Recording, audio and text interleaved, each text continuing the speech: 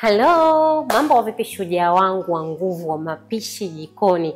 Yaani ndani ya Jiko Point pekee ndio unapata fursa ya kujifunza vitu mbalimbali.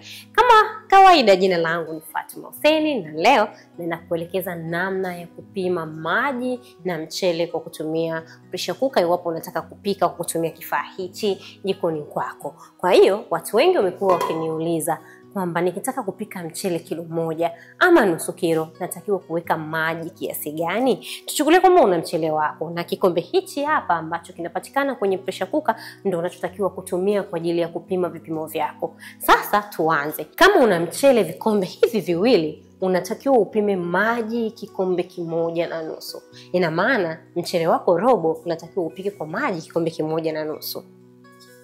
Maji haya utakuwa unapima hivi. Kikombe kimoja unapima nusu. Hichi kina ujazo wa 120. Ina maana nusu ni 60. Kwa hiyo maji yako ni 60, haya unaweka. Ina maana mchele wako vikombe viwili unapima maji kikombe kimoja na nusu. Maji yenyewe ndo haya. Hiyo ni kwa mchele vikombe viwili. Ikitokea sasa unapika mchele vikombe vinne, na maana tunaenda kuzungumzia nusu. Vikombe vinne utahitaji kupima maji vikombe vitatu. Kumbuka hivi vikombe viwili inakuwa ni mchele robo. Vikombe vinne inakuwa ni nusu kilo. Kwa hiyo unapima vikombe vyako vitatu. Kumbuka hii kipimo chetu kina milimita 120. Kwa hiyo utajaza maji yako kama unavyoona. Cha kwanza,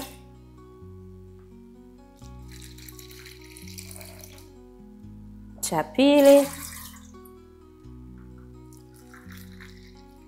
Hakikisha maji yako yanajaa vikombe vitatu unaweka. Hapo utakuwa umenielewa. Hapo ni kwa mchele nusu na robo. Yaani vikombe viwili, vikombe vinne, tunaenda vikombe 6 sasa. Unatakiwa upime kiasi gani cha maji? Kwa vikombe 6 unatakiwa upime maji vikombe 5. Ina maana kadri unavyokuwa unaongeza vikombe na maji ndio unavyozidi kuongeza. Kwa vikombe viwili tumeweka maji kikombe kimoja na nusu. Kwa vikombe vinne tukaweka maji vikombe vitatu. Kwa vikombe 6 tukaweka vikombe 5. Ikiwa ni vikombe 8, maji tutaweka vikombe 7.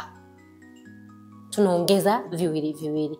Na kwa vikombe 10, maji tutaweka vikombe 9. Ina maana mpaka hapo kadri unavyozidi ongeza vikombe vya mchele ndio unavyozidi kuongeza maji. Na ukumbuke pia ni aina ya mchele unatofautiana. Unatumia mchele wa Mbeya, mchele wa Pakistani, wengine wanatumia mchele ambao ni basmati. Kwa hiyo maji hutofautiana pia na aina ya mchele. Lakini hakikisha kwamba unajua aina ya mchele ambao unatumia. Kama mchele wako unakunywa maji mengi, hakikisha unaweka maji ya kutosha. Na kama mchele wako unahitaji maji kidogo, basi hakikisha unapata maji kidogo ili usitoe boko. Hivi vipimo ni kwa ajili ya mchele pekee. Kumbuka mapishi hutofautiana na vipimo vya maji hutofautiana kulingana na aina ya chakula. Siku nyingine nitakufundisha namna ya kukadiria maji iwapo unataka kupika ugali kwenye pressure cooker, ama unataka kupika makande ama maharage kwa kutumia pressure cooker. Lakini leo baki na hii mchele, mtazamaji ambao unaniangalia kwa wakati huu. Nikukumbushe tu, ukihitaji pressure cooker hii unaweza kuipata kwa 170,000 kupitia Jiko Point. Yaani hii ya maji unaipata kwa 170,000. Unaweza kuipata kwa kulipia kidogo kidogo ama ukalipa kwa pamoja. Ni wewe tu, mzigo unafika na unalipia taratibu na ukiendelea kutumia nyumbani.